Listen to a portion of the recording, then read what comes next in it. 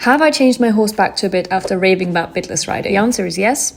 And no. So 5 months ago, I began rehabbing my mare after her diagnosis with navicular disease, and pretty quickly she started displaying some behavioral issues during riding. She clearly wasn't happy with something. Out of curiosity, I swapped her to a bitless setup with a side pull, and she became calm as a lamb. And in that moment, our bitless journey began. We did 2 months of walks to begin her recovery, then slowly started trotting, and I never had any issues with control with the side pull. However, once we did get to trot, I definitely felt her getting a bit evasive. Obviously, she's lost a huge part of her strength, and virtually anything would be hard and even unpleasant for her. Like us, when we're at the gym after not working out for months, you kind of tend to not have the best form and also tend to half-ass exercises, at least speaking from personal experience. But half-assing things in rehab will not get you anywhere. On top of that, she had also developed a rotating pelvis and some general crookedness. And I'm not saying riding bitless caused this, obviously, but I think we weren't quite in work mode when we used the setup. So I spoke to my trainer, and after 4 months, we tried the bit again. And I was fully prepared to take the bit back out if she displayed any of the stress she had at the beginning of the rehab journey.